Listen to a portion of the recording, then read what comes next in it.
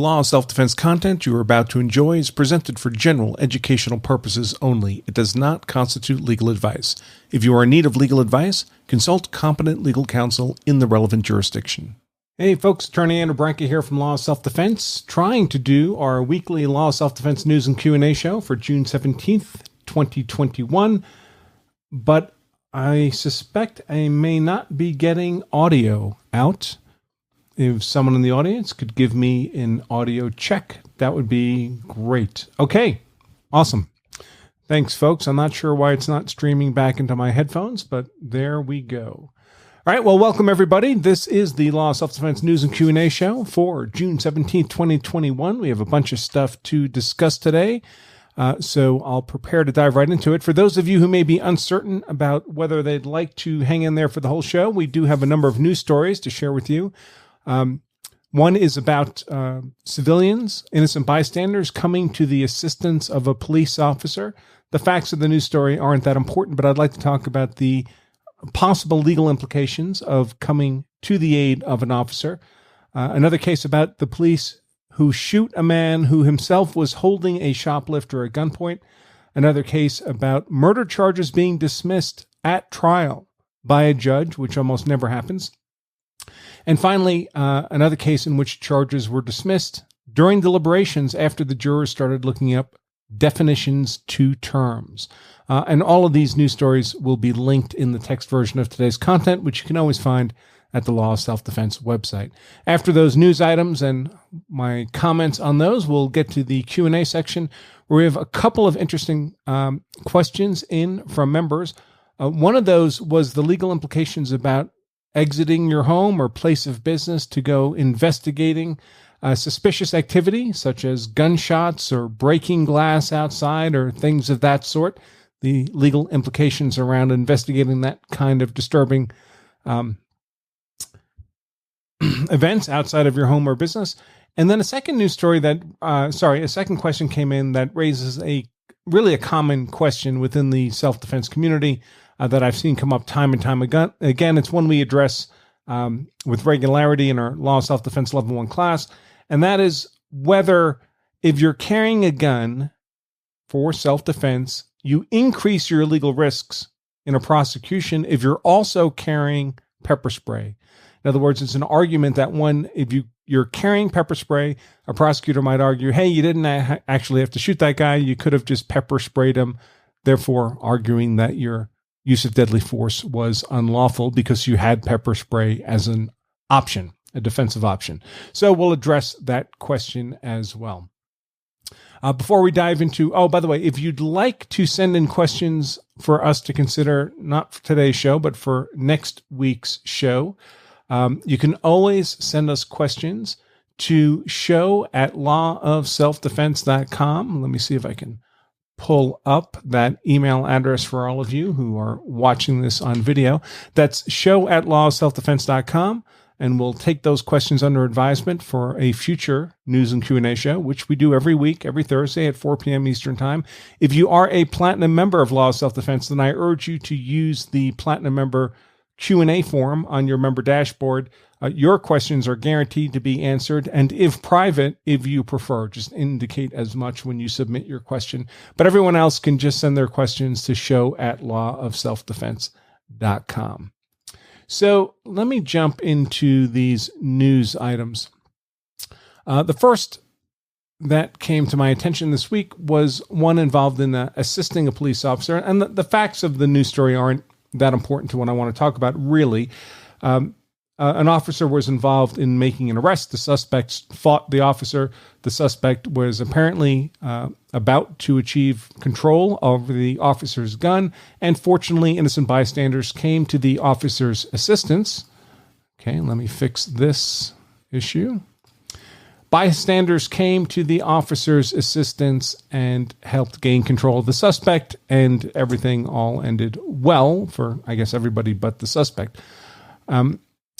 And I want to preface my comments by saying I'm not telling people to not assist police officers. I don't tell people what to do. I only try to make people aware of the possible legal consequences of a course of action. So when they make their decision, they're making a well-informed decision. And also, just because a decision has legal risks or a course of action has legal risks doesn't mean you don't do it. It just means you do it informed of those legal risks. We may think that coming to the assistance of a police officer is something that could not possibly raise legal complications for you. And perhaps there was a day and age in which that would have been largely true, but we don't live in that day and age anymore. Police officers, especially if they're a white officer involved in the violent arrest of a black suspect, are increasingly, and in high-profile cases, being prosecuted themselves for their use of force on that suspect, and sometimes acquitted, and sometimes, as we just saw in the George Floyd case, convicted and likely to be sentenced to much of the rest of their life in prison. And when you think about, as a bystander, not a sworn officer, having no legal duty to intervene, when you think about intervening in an event where it looks like the officer needs assistance, I would urge you to consider what happens to other police officers who assist that lead officer. And the George Floyd case is a great example of that. We had the lead officer who was just tried and convicted, who was kneeling on George Floyd's neck. And he had 3 other officers who were assisting him in that arrest. And they've all been charged as accessories in Floyd's death as well. Now, imagine that you were assisting a police officer in making an arrest, a violent arrest of a suspect of a different race or ethnic background, and the officer you were assisting gets portrayed in the media as, and there's a bad outcome to the arrest. The suspect dies, for example, or suffers some serious bodily injury, is paralyzed, as we've seen in another recent case, right, the Jacob Blake case. And imagine that gets portrayed as a racist use of force by the officer. The officer's prosecuted aggressively, portrayed as a racist police officer, ACAB, right, in the modern lexicon, anti-police lexicon. The officer's prosecuted vigorously by the state and convicted. Do you think you wouldn't find yourself charged as an accessory in that case? Other police officers who would have assisted are finding themselves prosecuted as accessories in those cases. So you need to be aware that that's a genuine risk. If that officer is portrayed as some kind of racist killer and you helped him in that narrative, you were helping a racist killer. And there's only upside for a prosecutor to bring charges against you, bring you to trial, destroy you financially, try to put you in prison for the rest of your life if possible. There's only upside for a prosecutor to do that. There's no self-interest on his part that would discourage him from doing that. So that doesn't mean that if you see an officer in trouble, you don't help if you think it's appropriate to do that under the circumstance. Just keep in mind, in today's day and age, I mean, listen, officers themselves are leaving their departments in droves. They don't want to do the job. The risks are too high. So just be aware. You come to the assistance of an officer. It's not just the officer incurring risk of possible prosecution if a use of force event goes bad. It's anybody who assisted that officer, whether that's fellow officers or whether that's a bystander who thought they were doing the right thing by helping. Okay, and again, that news story, the news story itself is not important. It's the broader topic I wanted to share, but it will be linked. The underlying news story will be linked in the text content of the text version of today's content. Another news story that came to my attention was the police shooting and killing of an armed citizen who was holding a shoplifter at gunpoint.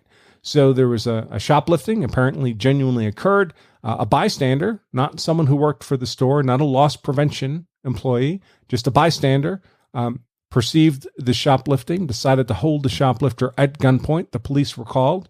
When the police arrived at scene, what did they see? They saw one guy holding a gun on another guy. And the police say they shouted at the man with the gun to put the gun down. He did not do so, so the police shot him. It looked initially as if he were seriously injured, but likely to recover, but he ultimately died of the gunshot wounds inflicted by the police. Now, when he was still alive, the police were actually saying, hey, once this guy's out of the hospital, we're going to charge him criminally. Well, what would they charge him with? Well, probably aggravated assault with a firearm. because you can't point a gun at someone for a simple property crime, for a shoplifting crime that involves no threat to persons. There's no deadly force threat there. If there's no deadly force threat, there's no justification for a threat of deadly defensive force. Now, there are, of course, the great exception about deadly force in defense of property being in Texas. This did not happen in Texas. It would not apply. In any case, the chances it would, this is precisely the kind of case that a prosecutor, even in Texas, would be inclined to put to the test, because the man holding the purported shoplifter at gunpoint had no personal interest in the property, had no stake in the events taking place, and decided he was going to threaten someone with deadly force. It also, of course, raises the obvious issue of anytime you're pointing a gun at someone in public, no matter how justified. Imagine in this case it was entirely justified, which it does not appear to be. But imagine there actually was a threat to innocent life, and the bystander, the gun owner pointing the gun at the suspect, had good lawful reason for pointing his gun at that suspect. The cops don't know any of that when they show up. When the cops show up, they see a guy pointing a gun. And if they demand that you drop your gun, well, you better get it down fast. In fact, it would be great if you were sufficiently aware of your environment, which should not be too much to ask, that you were aware the cops were about to arrive on scene and your gun was out of sight when they got there, if that's at all practically feasible. But if it's not, the cops are going to roll up, see someone they don't know, you, with a gun, especially, by the way, if they're responding to a shots fired call, so they're expecting gun violence to be in play. You look like that guy. The stakes, the risks are extremely high. The prospects of getting shot by police, very high. If you present as a deadly force threat to arriving officers, don't be surprised if you get treated as a deadly force threat by the officers.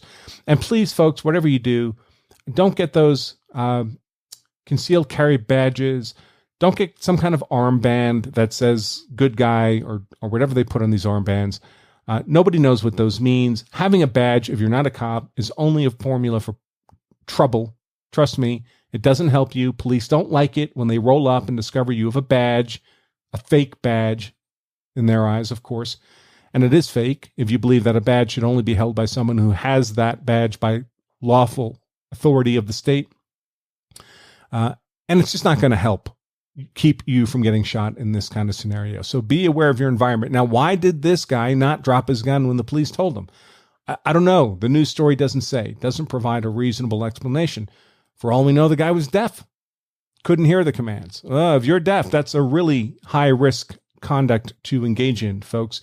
Perhaps the guy with the gun was under enormous stress, auditory exclusion. Again, we don't know. What we do know is he was holding a gun when the cops rolled up, didn't lower it when the cops told him to, and they shot him and killed him. So if you're going to have a gun out, even if it's for totally lawful reasons, if the cops shoot you because they have a reasonable perception that you're an imminent deadly force threat to themselves or other innocent people, that's a lawful shoot, no matter how justified you might have been in having your gun out. So take appropriate caution. And again, I'll have that news story linked in the text version of today's content. There was another case that I thought was interesting because it involved a dismissal of murder charges. Now, again, the facts of this case aren't that important. It involved a suspect, a defendant, who happens to be black. He was at a party. Apparently, by the way, he's the brother of some other famous black person, a woman who's an actress or an athlete, or I don't know who she is, but every news story in this case says that she's famous, so presumably she's well known in certain circles. In any case, this was her brother. He was at a party. Lots of people at the party. 2 people were shot and killed at the party. There was apparently a witness who described that the shooter was wearing clothing similar to what this defendant was shooting. But in fact, the evidence around the case appears to have been remarkably weak in terms of identifying this particular defendant as the man who fired the shots that killed the 2 victims.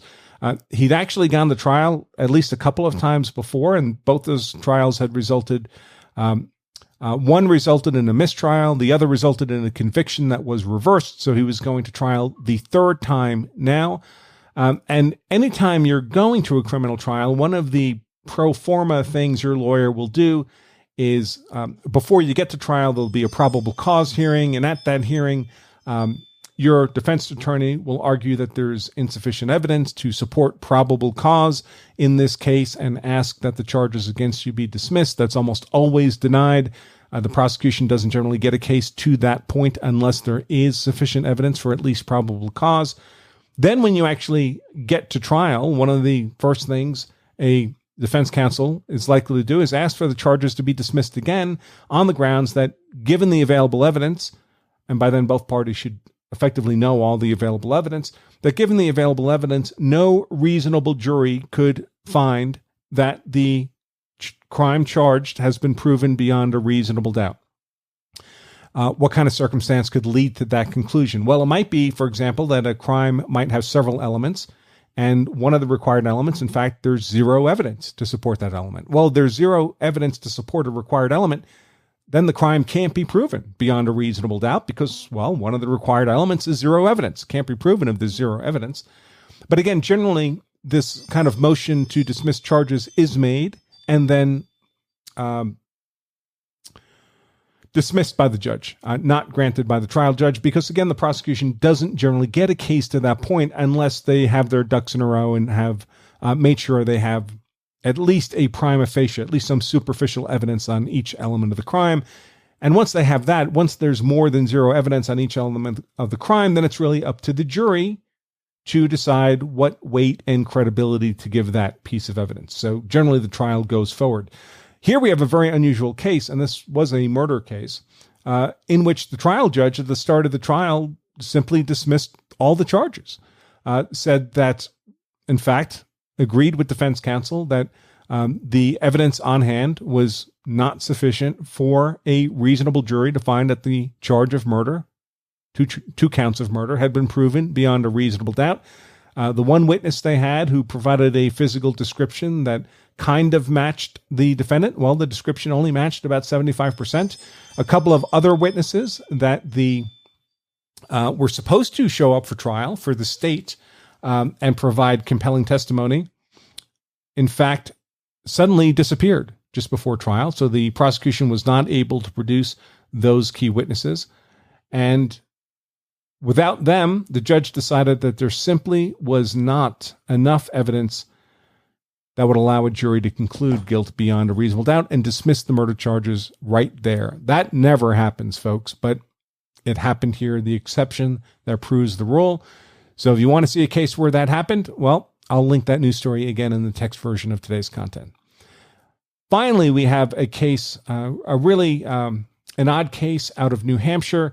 It involved some a conflict between BLM Antifa protesters on the one hand and somebody who decided to do kind of a, counter protest by himself and a buddy driving in a pickup truck, big Trump flag on the back, drove by, curses, "You're number one," hand signals were exchanged.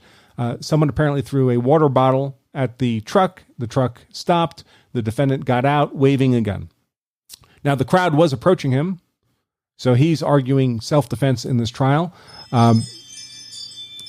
Excuse me, folks. Give me just a moment. I'm getting a weird chime. Let me see if I can cut that chime out. So anyway, there was a crowd approaching him after he stopped his pickup truck. He's waving his gun around. He's asking basically if anybody wants some trouble. He's claiming self-defense, saying he pulled his gun because he was being approached from the crowd. Of course, if you're a provoker of a conflict, well, you lose the element of innocence and you lose self-defense. So it's not a very compelling self-defense claim here. He decided he was going to trial on this. Effectively, he was charged with aggravated assault with a firearm. Nobody was actually shot in this particular case. He's going to trial. In my opinion, doesn't look good for him. It looks like he went out looking for a fight, found a fight, started threatening people with deadly force under circumstances in which he had probably lost the element of innocence because he'd provoked the confrontation. Now, of course, I'm sure his defense counsel has a counter argument to that, some argument consistent with the legal justification of self-defense. That's what his defense counsel is being paid to do. But as it turns out, it's not going to come to any final adjudication in this trial because the jurors during deliberations went online and began to look up definitions of terms like provoker, aggressor, and these are terms of art in this context. These are exclusionary factors of a claim of self-defense. They would be and were defined by the judge in the jury instructions on self-defense and how to lose self-defense, to the extent that the judge thought appropriate to define those terms. Now, not every word in a jury instruction may be defined by a judge. Sometimes the court simply says, just use your common sense understanding of what that word means. In this particular case, it appears at least a couple of jurors were confused about that, decided to go online and find their own definitions.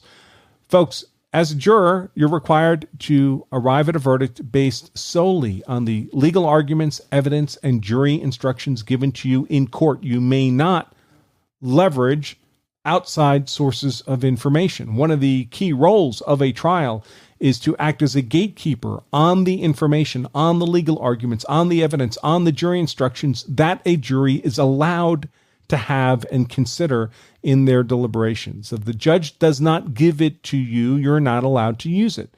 You certainly can't go online and start researching stuff that the trial judge has not agreed that you should have.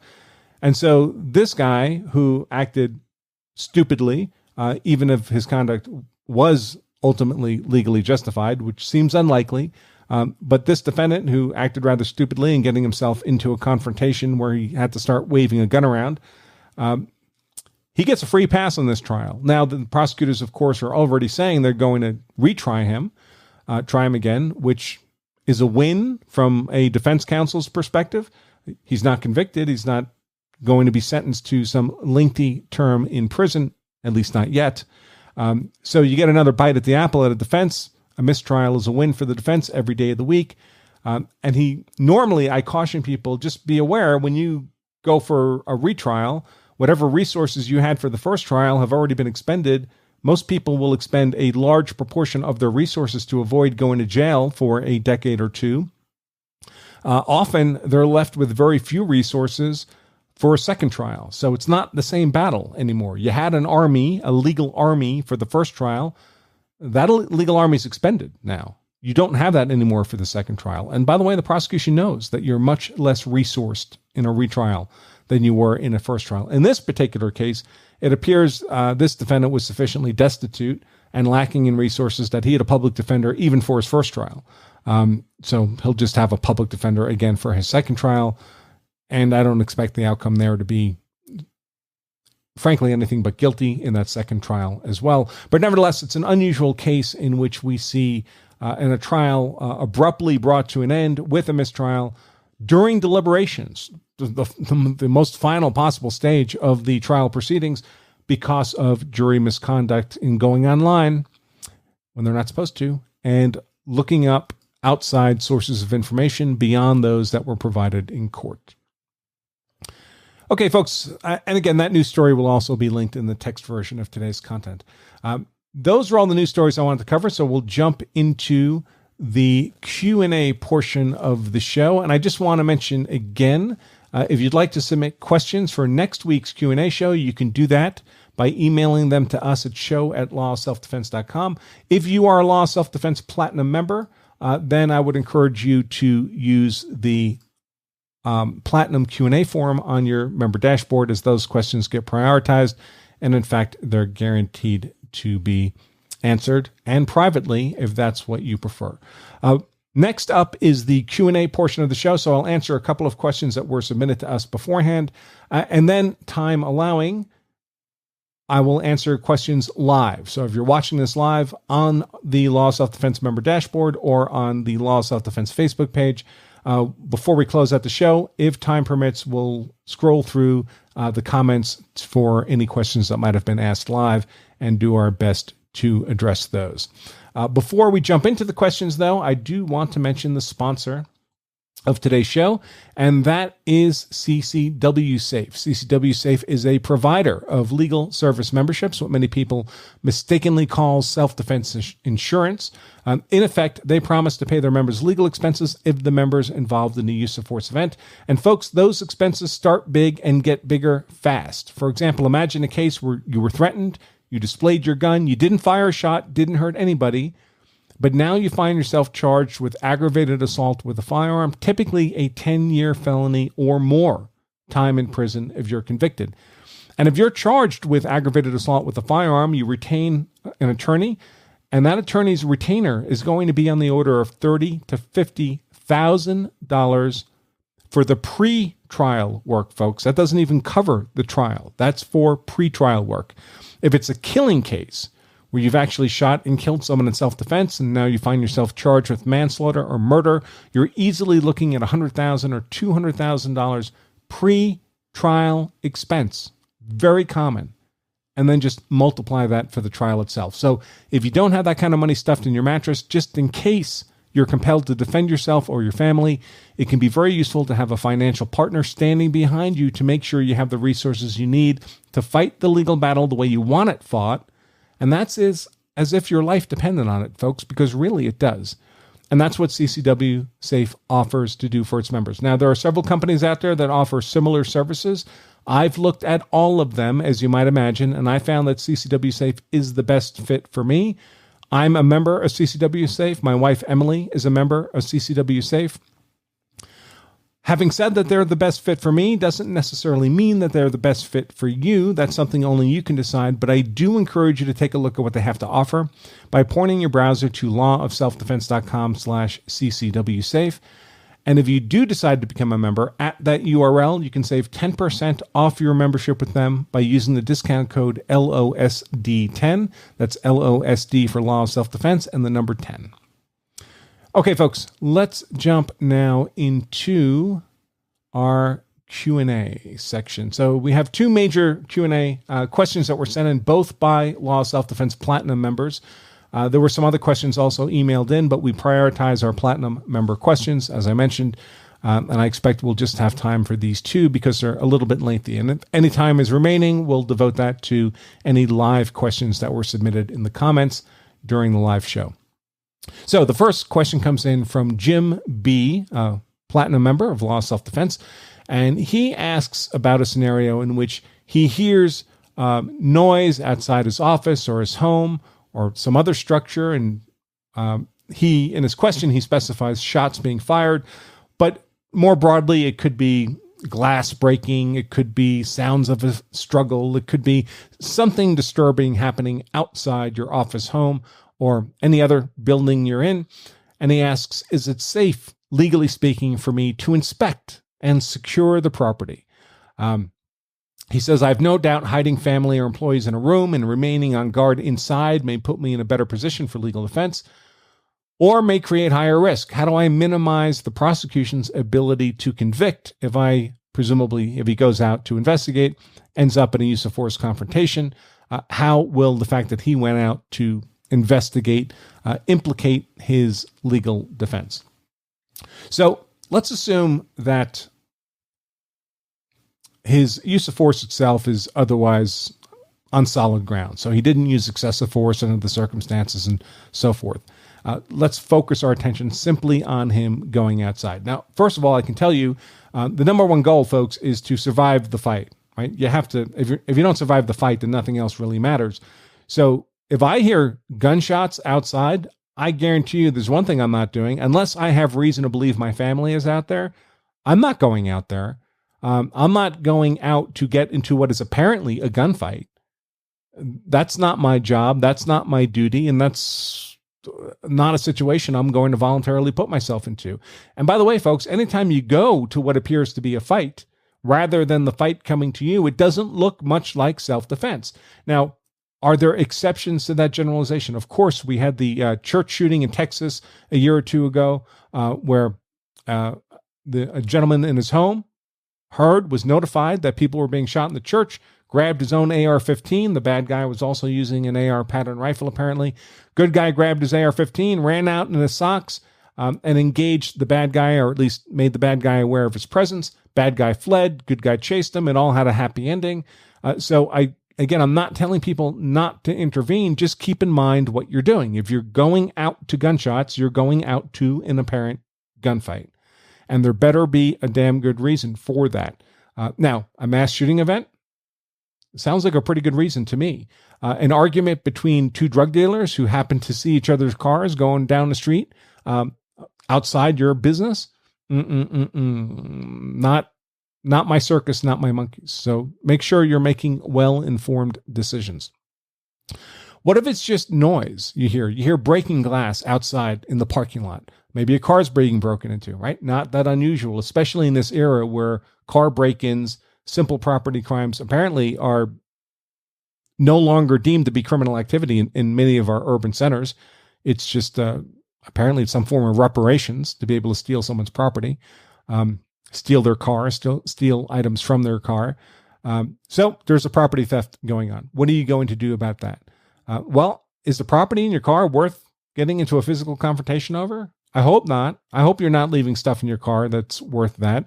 Even the car itself, which is admittedly probably pretty expensive.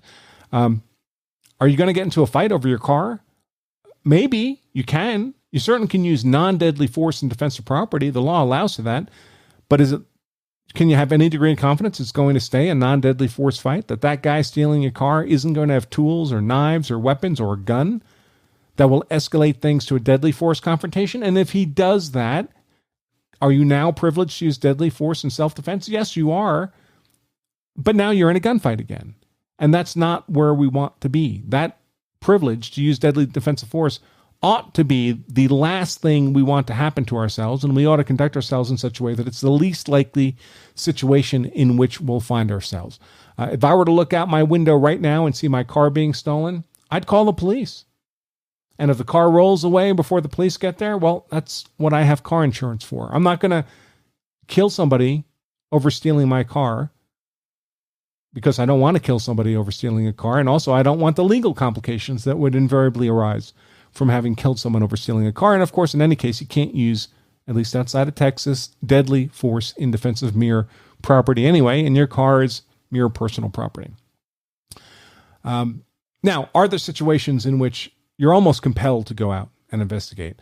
And I think there are. I think a reasonable argument can be made by people in certain circumstances that just hunkering down until the cops show up is not reasonable in their particular position. And this could often be, for example, in very rural areas, farm-like areas. There's counties, large counties in many parts of America where the law enforcement presence is maybe a sheriff's deputy or two in the whole county. And if they're occupied dealing with some domestic or dealing with an auto crash, and they get a call that you heard a noise in your backyard or in your detached garage or in your barn, that's not necessarily going to be as high a priority call as the hands-on event they're already dealing with. And it could be quite some time before there's any police backup. So what do you do then? Do you just hunker down in your home, unable to sleep, afraid someone's going to break into your house in the next minutes or hours, when you know the police response could be an hour or two or more? It's a much more difficult situation. Now, in fairness, of course, the people who will be judging your conduct after the fact also live in that community, probably.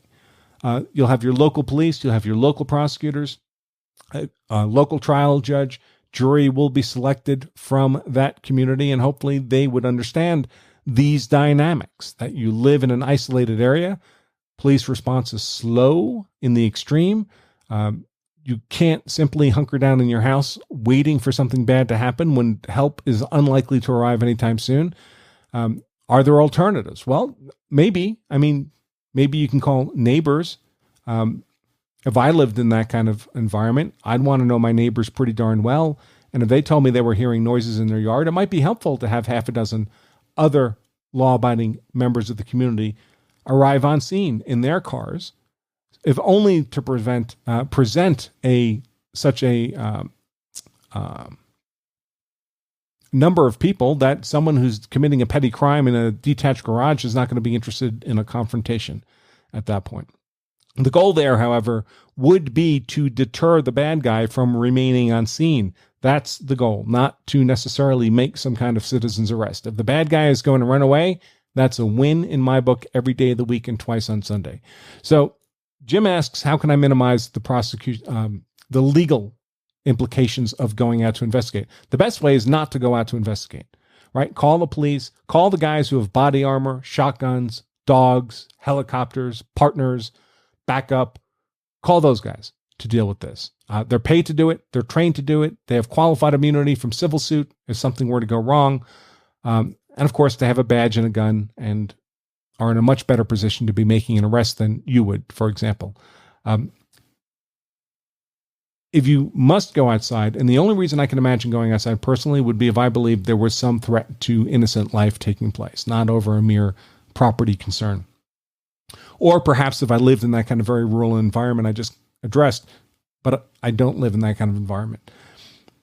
If you must go out, my goal again would be to try to get the bad guy to flee, not to actually engage if I could possibly avoid it. Certainly not to get into a gunfight if I could possibly avoid it. There's always a risk that a prosecutor will try to portray your going out to investigate as you going out to a fight, creating a fight that didn't have to happen, especially if you're going out with a gun to investigate what's apparently a mere property crime. Now, are you allowed to be in possession of your gun when you're going to investigate a possible property crime? Yes. And if you never use that gun, it's all good. But if you use the gun, a prosecutor might very well try to portray you as intending to use that gun from the very beginning, intending to kill that person stealing your property. And again, outside of Texas, deadly force in defense of mere personal property is not going to be legally justified. Okay, the next question we had was from, good heavens, did I forget to write down his name? It's from Lee. Lee J is another platinum member of Law Self-Defense. Thank you, Lee, for all the support. And he apparently got into a discussion on Reddit. Reddit is something I know exists. I barely understand what it is. Some kind of internet forum groups, I guess. Apparently, he was on one involving issues of self-defense, and he had an exchange with a fellow person on the internet. Folks, first of all, I wouldn't get too personally invested in any conversation you have on the internet. Anonymity gives people a freedom to spout nonsense and half-informed BS that doesn't exist if they were in a face-to-face conversation. So keep in mind that the quality of information you're getting over the internet is probably something less than zero. But in any case, an issue came up about carrying pepper spray if you're also carrying a gun.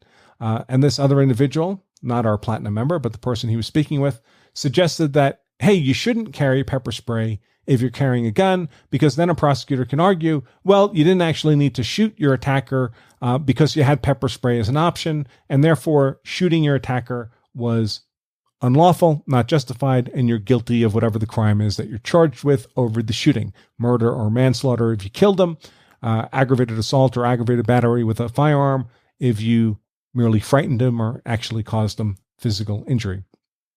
So I'm going to read the reply that this other fellow wrote just to provide the full context, and then I'll dive into why his perception of this issue, while not uncommon, by the way, I see this perception reflected frequently in gun forums in the old days in gun magazine articles. It's a common mythos in the self-defense community, especially the gun self-defense community. Far from the first time I'm seeing this, but our platinum member sending in this question prompted me to bring it up as a discussion point for today's News and Q&A show. So here's the quoted comment from the other fellow on this Reddit forum. Quote, "No, I'm not a cop. I have no duty to apprehend anyone. I carry to protect myself and anyone I'm with." So far, so good. "There is no situation I can conceive of where I can solve a problem with OC spray that I could not solve by leaving the area." That's not clear thinking. I'll come back to that in a moment.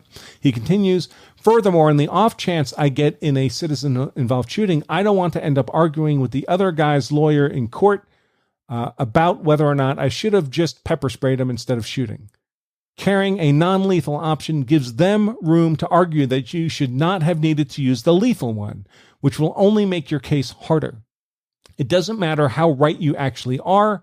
All that matters is how right you can convince 12 idiots who couldn't even get out of jury duty you are. Well, there's certainly some truth to that. He continues, having the option of non-lethal and choosing not to use it can weaken that narrative, presumably the narrative of self-defense. The idea that that isn't a real issue doesn't make any sense.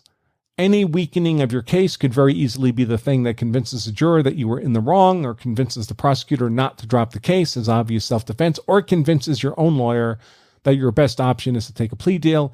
If you have reasons to carry a non-lethal option in addition to a firearm, I can't tell you that it's wrong or the wrong decision for you, but I don't think it provides any benefit, and I was laying out the reasons that I don't think it provides any benefit. Close quote. All right, so a lot of poor thinking there in that commentary.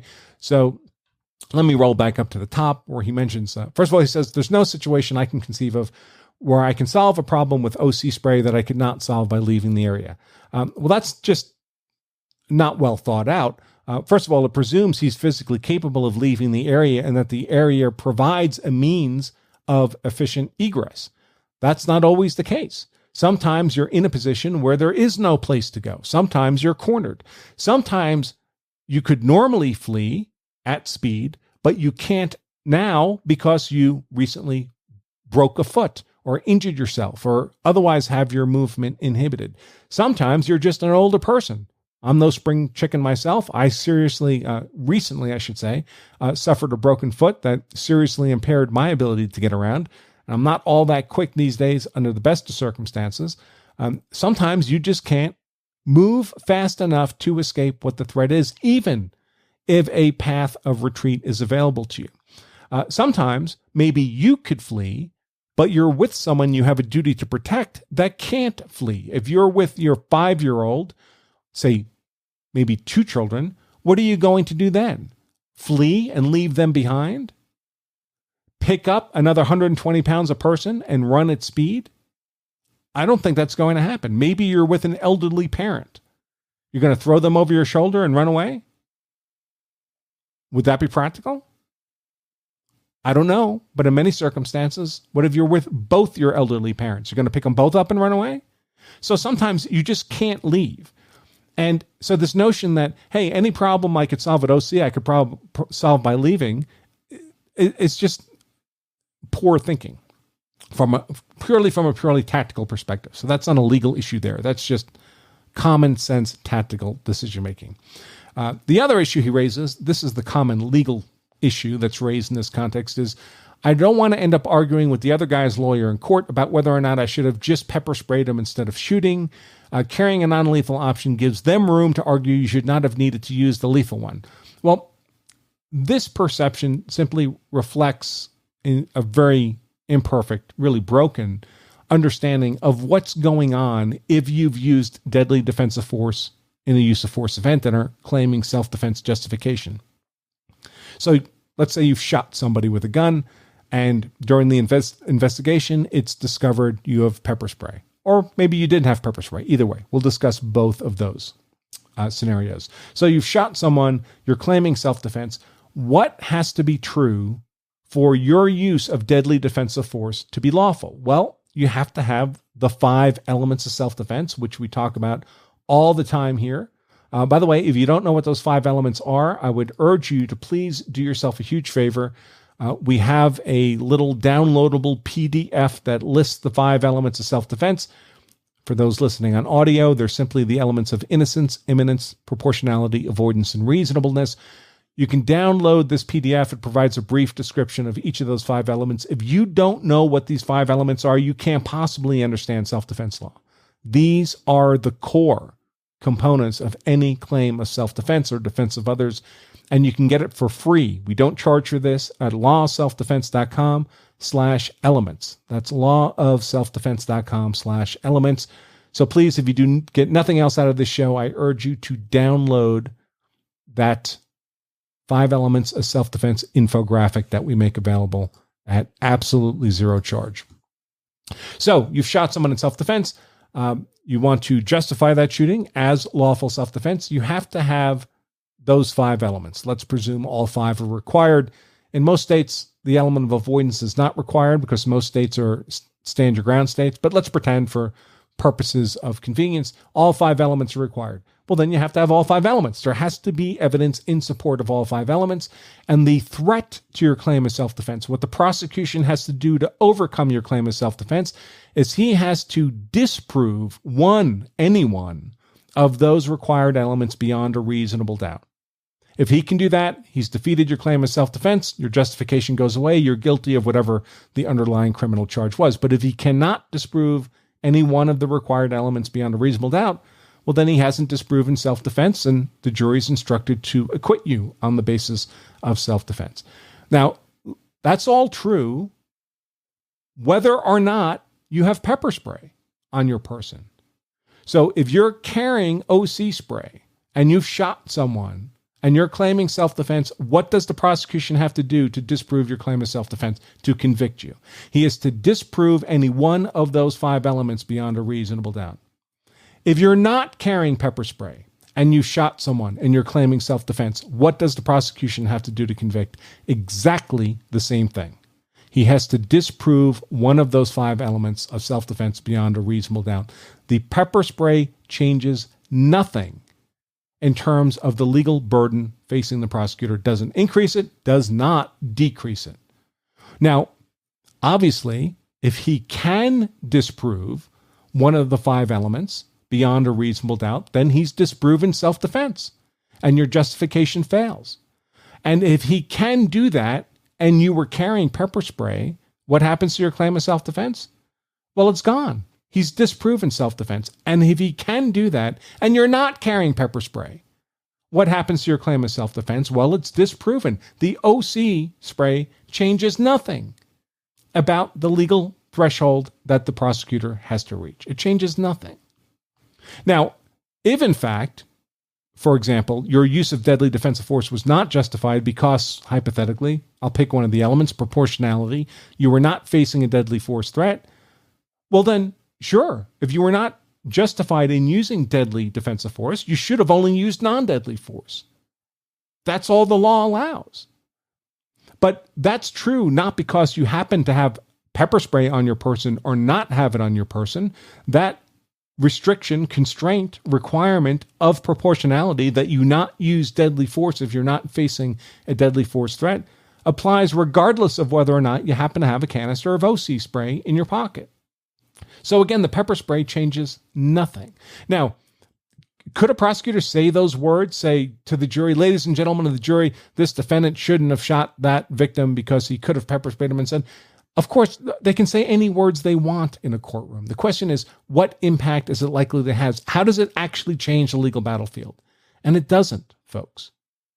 So having the OC spray or not having the OC spray on your person does not change your legal defense in the slightest and does not in any way diminish. Having the OC spray does not diminish the legal threshold the prosecutor has to achieve in order to gain a conviction, overcome your claim of self-defense, disprove self-defense beyond a reasonable doubt. Let's think about the alternative, though. Let's think about not carrying the OC spray. Well, according to the FBI and Department of Justice crime statistics, you're 5 times more likely to be threatened with a non-deadly force attack than you are with a deadly force attack. Meaning you're 5 times more likely to be in a situation where you can only use non-deadly force in self-defense, not deadly force in self-defense. 5 times more likely to be in a situation where you can use force to defend yourself, but not your gun. If all you have on your person is your gun, and you're facing a genuine but non-deadly threat of physical harm, you know what happens? People go to their gun. They may know it's not legally justified, but they're frightened. That's their defensive tool. They go to what they have. And then they end up getting charged with aggravated assault with a firearm, and they call my office, and it costs them a lot of money to try to get them acquitted of that criminal charge. And why did they go to the gun? Because it was the only tool in their toolbox. Don't put yourself in that position, folks. If you have the OC spray or some other non-deadly means of self-defense, and you're facing a merely non-deadly force threat, then you have the appropriate tool in your toolbox. You're not compelled through fear, stress, to go to your gun unlawfully under those circumstances, facing only a non-deadly force threat. You have a ready option to use reasonably effective non-deadly force in self-defense, that OC spray. And by the way, if you're only facing a non-deadly force threat, you don't want to be going to the gun because it's a crime. It's a serious felony. 10 years, sometimes 20 years in prison. You want to have that option. So by making this decision that because of some poorly understood, a poor understanding of how self-defense works in an actual courtroom, thinking that it's better for you from a legal perspective, mistakenly thinking it's better for you from a legal perspective not to have the OC spray, creates an enormous tactical vulnerability for you. And that's just poor thinking, folks. You're not gaining anything legally by not having the OC spray, but you're losing a lot tactically. So don't put yourself in that position. All right, folks, I think that's all I wanted to address on that question. Let me take a moment to flip through the comments. Let's see. Looking at our members first. Good. Everyone's telling me good audio.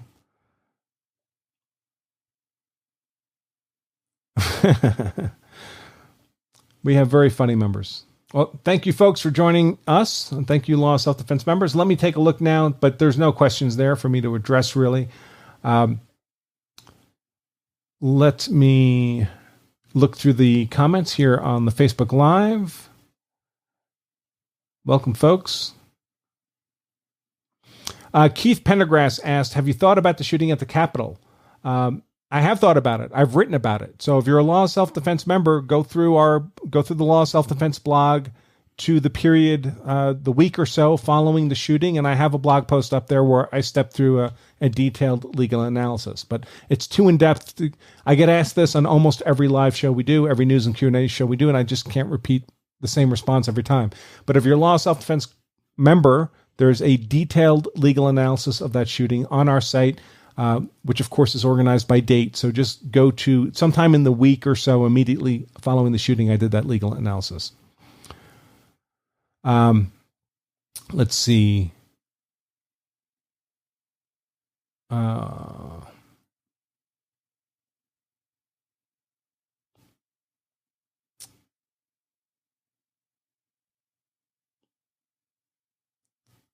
Okay, I think that's about all we have. So before we go, I do, again, remind everybody, if you just think of questions after the fact and would like to send them in, you can send them in to our email address, show. Let's try that again. show@lawofselfdefense.com. We'll add them to the list of questions we consider for every show. show@lawofselfdefense.com. If you're a Platinum member, please use the Platinum Q&A form. That will be better for you there. Okay, obviously you all come here for the legal expertise and not the soundboard video management technique. And also, if this is the only open access content we produce every week here at Law of Self-Defense, virtually of all of our content is intended solely for Law of Self-Defense members. The good news is membership is dirt cheap. In fact, it's even cheaper to just try out.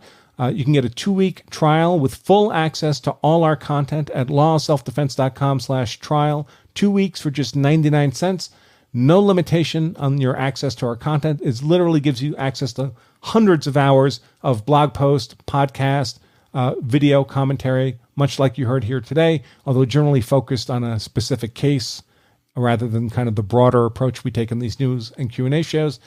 It's only 99 cents. And in that 2 weeks, you decide you don't want to be a member. It's not for you. That doesn't happen often, but we understand. Just ask for a refund. We'll give you 200% of your money back. And if you do decide to stay a member, it's less than $0.25 a day, folks, to be a Law of Self-Defense member. So I encourage you to at least take the opportunity for that 2-week trial at lawofselfdefense.com/trial, and you can make an informed decision about whether or not membership is for you. Okay, folks, with that out of the way, I'll thank you once again for participating in our Law of Self-Defense News and Q&A show. If you like what you see here and you think friends and family would benefit, we do keep a recorded playback of this available at the lawofselfdefense.com blog, which is simply at lawofselfdefense.com/blog. We keep that open access so folks can access all our news and Q&A shows without having to be a Law of Self-Defense member. And we also keep it up on our Law of Self-Defense Facebook page and our Law of Self-Defense YouTube channel. So if you like to look at back issues of our news and Q&A show, you can find all of those there. All right, folks, until next time, remember, if you carry a gun so you're hard to kill, that's why I carry a gun, so I'm hard to kill, so my family is hard to kill, then you also owe it to yourself and your family to make sure you also know the law so that you're hard to convict. I remain Attorney Andrew Branker for Law of Self-Defense. Until next time, stay safe.